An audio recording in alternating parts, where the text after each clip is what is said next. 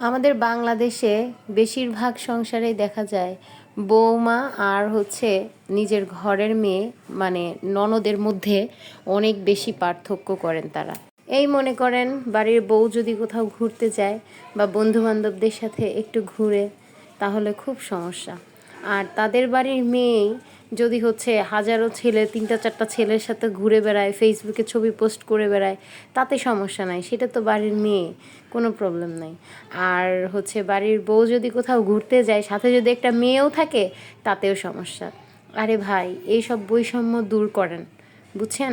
আর আমার ভিডিও যারা দেখছেন, আমার যদি রিলেটিভস কেউ দেখে থাকেন শ্বশুরবাড়ির, তাহলে আপনারা যারা এরকম পার্থক্য করে বেড়ান, তাদেরকে বলছি আপনারা এই ভুলগুলো নিজেদের আগে ধরেন, নিজেরা আগে ঠিক হন, নিজের ঘরের মেয়েকে আগে ঠিক করেন, ঠিক আছে? আপনাদের বাড়ির মেয়েরাও কিন্তু বিবাহিতা, তারা যদি ঘুরতে পারে, তাহলে আমি আপনার বাড়ির ছেলেকে বিয়ে করে কেন ঘুরতে পারবো না ভাই?